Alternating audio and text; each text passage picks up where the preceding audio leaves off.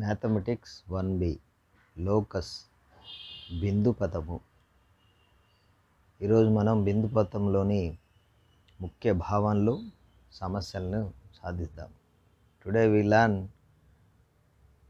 locus mathematics 1B locus chapter. The definition of locus. Locus is the set of all points that satisfy the given consistent geometric condition or conditions. Locus is the set of all points that satisfy the given consistent geometric condition or condition. Every point satisfying the given condition is a point on the locus. Every point on the locus satisfies the given condition. For example, take example, in a plane, the locus of a point whose distance from a given point is constant is circle. Take this is a fixed point. The fixed distance, this is take as r. This is point P. This is distance. These are all points. From C to this points, the distance is constant. If we join these points, the locus is circle. Another example, the locus of a point equidistant from two given points capital A and B is the perpendicular bisector of AB. Take AB, 2 points, this is A, this is B, equidistant from two given points. The distance from A to B is equal. Distance from A to B is equal. Distance from A to B is equal. Distance from A to B is equal. If we join these points, this is perpendicular to AB. This is perpendicular to AB. Therefore, the locus is perpendicular bisector of capital AB. బిందు పదం ఇచ్చిన సంబద్ధ జ్యామితీయ నియమం లేదా నియమాలను తృప్తిపరిచే బిందువుల సమితిని బిందు పదం అంటాము. ఇచ్చిన నియమాలను తృప్తిపరిచే ప్రతి బిందువు బిందు పదంపై ఉంటుంది. బిందు పదం మీది ప్రతి బిందువు ఇచ్చిన నియమాలను తృప్తిపరుస్తుంది. బిందు పదం నిర్వచనం అర్థం చేసుకోండి. ఇచ్చిన సంబద్ధ జ్యామితీయ నియమం అంటే జ్యామితీయ నియమం ఉంటుంది, అది సంబద్ధం కావాలి. దాన్ని తృప్తిపరిచే బిందువుల సమితిని బిందు పదం అంటాము. సంబద్ధ జ్యామితీయ నియమం అంటే ఆ నియమాన్ని తృప్తిపరిచే బిందువులు మనకు కంపల్సరీ వ్యవస్థితం అవుతాయి. అట్లాంటి బిందువుల సమితికి పేరు బిందు పదము. ఉదాహరణలు, ఒక తలంలో దత్త బిందువు నుంచి స్థిర దూరంలో గల బిందువుల సమితి వృత్తం అవుతుంది. కాబట్టి స్థిర దూరం ఒక స్థిర బిందువు, స్థిర బిందువు నుంచి స్థిర దూరము తీసుకుంటే స్థిర బిందువుని సి అనుకున్న, స్థిర దూరం ఆర్, ఆర్ దూరం ఇలా తీసుకొని అన్ని బిందువుల్ని మనం ఇక్కడ గీయడం జరిగింది. Suppose this is P. ఇట్లాంటి బిందువులన్నిటినీ కలిపితే మనకు ఏం ఏర్పడుతుంది? ఒక వృత్తం ఏర్పడుతుంది. కాబట్టి స్థిర బిందువు నుంచి స్థిర దూరంలో గల బిందువుల సమితి ఏమవుతుంది? వృత్తం అవుతుంది. కాబట్టి ఈ బిందువుల బిందు పదం ఏంటి? ఇక్కడ వృత్తం అవుతుంది. అదేవిధంగా ఏబి అనే దత్త బిందువులు ఏబీల నుంచి సమాన దూరంలో ఉండే బిందువు బిందు పదం ఏబి యొక్క లంబ సమద్విఖండన రేఖ అవుతుంది. ఏబి అయితే ఏ నుంచి దూరము, బి నుంచి దూరము, ఏ నుంచి దూరము, బి నుంచి దూరము సమానంగా ఉండేటువంటి బిందువులన్నిటినీ కలిపితే ఏర్పడేది ఏబి లంబ సమద్విఖండన రేఖ. కాబట్టి ఇది ఏబి లంబ సమద్విఖండన రేఖ అవుతుంది. కాబట్టి ఏబి బిందువుల నుంచి సమాన దూరంలో ఉండే బిందువు యొక్క బిందు పదం ఏబి లంబ సమద్విఖండన రేఖ అవుతుంది. బిందు పదం యొక్క బీజగణితీయ వర్ణనే బిందు పద సమీకరణం అంటాము. దీన్ని క్రింది విధంగా రాబడతాం. కాబట్టి బిందు పద సమీకరణాన్ని కనుక్కోవడానికి ఇక్కడ కొన్ని పద్ధతులు ఇక్కడ కొన్ని ప్రాసెస్ అంటే మనం ఇక్కడ ఈ 4 స్టెప్స్ని మనం చేయడం జరుగుతుంది. మొట్టమొదటిది బిందు పథంపై P of X comma Y ఒక బిందువు అనుకునము. మీరు ఏ లెక్క తీసుకున్నా ఆ లెక్కలో first take a point P of X Y on that locus. బిందు పథం మీద ఒక బిందువు పి ఆఫ్ ఎక్స్ వై అనుకునము. నెక్స్ట్ పి అనుసరించే జ్యామితీయ నియమాన్ని సంకేతాలలో సమీకరణ రూపంలో అసమీకరణ రూపంలో రాయాలి. అంటే మనకిచ్చిన జ్యామితీయ నియమాన్ని సంబద్ధ జ్యామితీయ నియమంగా దాన్ని మనం సంకేతాల రూపంలో రాయాల్సి ఉంటుంది. తర్వాత జ్యామితీయ నియమాన్ని బీజగణిత సమీకరణంగా మనం అనువదించాల్సి ఉంటుంది. తర్వాత దాన్ని కరణులు లేకుండా సూక్ష్మీకరిస్తే వచ్చేదే బిందుపథ సమీకరణం. బిందువు క్యాపిటల్ ఏ 4, -3 నుంచి దూరం 5గా గల బిందుపథ సమీకరణం కనుక్కోండి. బిందువు క్యాపిటల్ ఏ 4, -3 నుంచి దూరం 5గా గల బిందుపథ సమీకరణం కనుక్కోండి. సాధన చూడండి. బిందుపథం మీద ఒక బిందువు P of X comma Y అనుకునము. పి అనుసరించే జ్యామితీయ నియమం ఇక్కడ మీకు క్లియర్గా ఇవ్వడం జరిగింది. బిందుపథం మీద ఒక బిందువు తీసుకున్నాం మనం. పికి ఏకి మధ్య దూరం 5 కాబట్టి పిఏ ఈజ్ ఈక్వల్ టు 5. ఇది జ్యామితీయ నియమం. ఈ జ్యామితీయ నియమాన్ని మనం గణితాత్మకంగా రాయడం జరిగింది. ఇప్పుడు మనకు కావలసిన జ్యామితీయ నియమాన్ని మనం సంకేతాల రూపంలో మనం రాసినాం. దాన్ని ఎలా సమీకరణ రూపంలో రాసి మనకు తెలిసిన సూత్రాన్ని ఇక్కడ ఉపయోగించాల్సి ఉంటుంది. పిఏ అంటే పి నుండి ఏకి మధ్య గల దూరం. కాబట్టి 2 బిందువుల మధ్య దూరం సూత్రాన్ని ఉపయోగించుకోవడం ఇక్కడ జరుగుతుంది. 2 బిందువుల మధ్య దూరం సూత్రంలో మనకేముంటుంది? రూట్ ఉంటుంది. కాబట్టి ఆ రూటు లేకుండా ఉండడానికి ఇరువైపులా వర్గం చేయడం జరిగింది. PA² is equal to 5².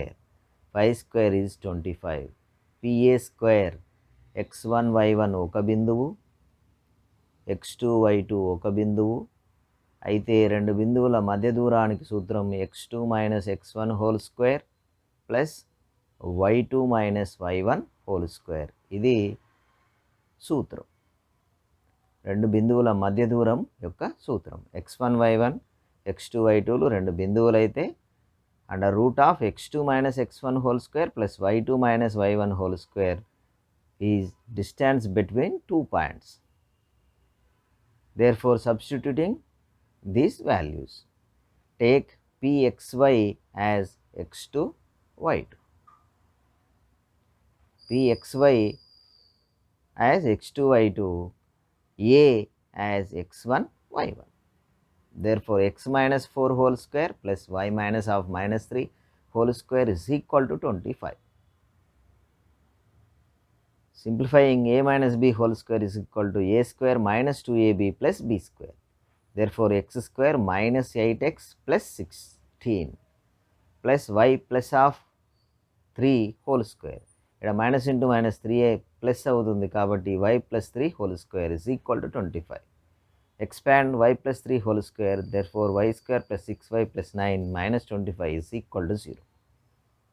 Simplifying here 16 plus 9 plus 25, 25 minus 25 get cancelled.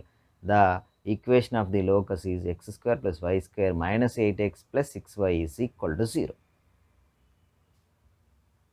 కాబట్టి బిందుపథ సమీకరణం x² plus y² minus 8x plus 6y is equal to 0. And the equation of the locus of a point which is at a distance 5 from capital A 4, -3. Take another problem. A 2, 3 and B -3, 4 are two given points. Find the equation of locus of P so that the area of the triangle PAB is 8.5. 2 points are given, A and B. Take another point. Therefore, 3 points. 3 points make a triangle. The area of the triangle is 8.5. That is the geometrical condition. Therefore, using that condition, obtain the locus of the point P. ఇక్కడ చూడండి, A అనేది 2,3, B అనేది -3,4లు దత్త బిందువులు త్రిభుజం PAB వైశాల్యం 8.5 ఉండేటట్లుగా P బిందుపథ సమీకరణం కనుగొనము. అది మన సమస్య. దానికోసం ఇక్కడ మనం మొట్టమొదట ఏం చేద్దాం, బిందుపథం మీద ఒక బిందువు P of X comma Y అని తీసుకోవడం జరుగుతుంది. కాబట్టి బిందుపథం మీద ఒక బిందువు P X comma Y. Take a point P X comma Y on the locus. Next a 2,3, let a 2,3 as x1 y1, b -3,4 as x2 y2, x3 y3 as x, y. 3 బిందువులు కావాలి. ఇక్కడ 3 బిందువులు తీసుకోవడం జరిగింది. 2 బిందువులు దత్త సమస్యలో నుంచి వచ్చాయి. 3వ బిందువును మనం తీసుకోవడం జరిగింది. ఇక్కడ పి అనుసరించే జ్యామితీయ నియమం త్రిభుజం ఏబిసి వైశాల్యం is equal to 8.5. The area of the triangle PAB is equal to 8.5. This is the given geometric condition. Therefore, from the area of the triangle formula, this is the formula, half modulus of x1 into y2 minus y3 plus x2 into y3 minus y1 plus x3 into y1 minus y2. This is the formula of the triangle. 3 points x1 y1, x2 y2, x3 y3 are vertices of a triangle ABC. Therefore, the area of the triangle. 3 త్రిభుజ శీర్షాలు x1 y1, x2 y2, x3 y3లు త్రిభుజ శీర్షాలు అయితే త్రిభుజ వైశాల్యం సూత్రం, ఆ సూత్రంలో ఈ 3 బిందువుల్ని మనం ఇప్పుడు ప్రతిక్షేపించి సూక్ష్మీకరిస్తే మనకు బిందుపథ సమీకరణం వస్తుంది. కాబట్టి ఇక్కడ ప్రతిక్షేపిస్తున్న substituting a, b and p values, half 2 into 4 minus y plus -3 into y minus 3 plus x into 3 minus 4 modulus is equal to 8.5. ఈ 1/2 becomes 8.5 into 2, that is 17. Therefore, to multiplying 2 into 4 is 8 minus 2y plus minus 3y plus 9. Here 3 minus 4 is minus 1 into x is minus x. Therefore, simplifying minus x minus 5y plus 17 modulus is equal to 17. Therefore, x plus 5y minus 17 is equal to plus or minus 17. ఇక్కడ చూడండి, సూత్రం లోపల x1 y1, x2 y2, x3 y3 విలువల్ని మనం ప్రతిక్షేపించడం జరిగింది. ప్రతిక్షేపించి మనం ఇక్కడ సూక్ష్మీకరించడం జరిగింది. మాడ్యులస్ బదులుగా రైట్ సైడ్లో ప్లస్ ఆర్ మైనస్ తీసుకోవడం జరిగింది. అంటే ఒకసారి +17 తీసుకోవాలి, ఇంకొకసారి -17 తీసుకోవాలి. Therefore x plus 5y minus 17 plus 17 is equal to 0. x plus 5y minus 17 minus 17 is equal to 0. Therefore, +17 minus 17 get cancel. x plus 5y is equal to 0 లేదా x plus 5y minus 34 is equal to 0. This is the answer of the given problem. Therefore, multiplying these two, x plus 5y into x plus 5y minus 34 is equal to 0 is the locus of given point P. Or multiplying these two equations, x plus 5y is equal to 0 into x plus 5y minus 34 is equal to 0, we get x square plus 10xy plus 25y square minus 34x minus 170y is equal to 0. This is the locus of the point P. P యొక్క బిందుపథ సమీకరణం అవుతుంది.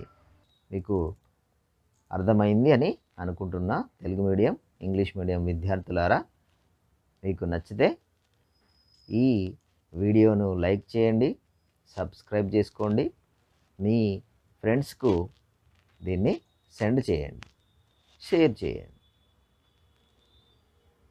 Thank you for watching. D Ramesh.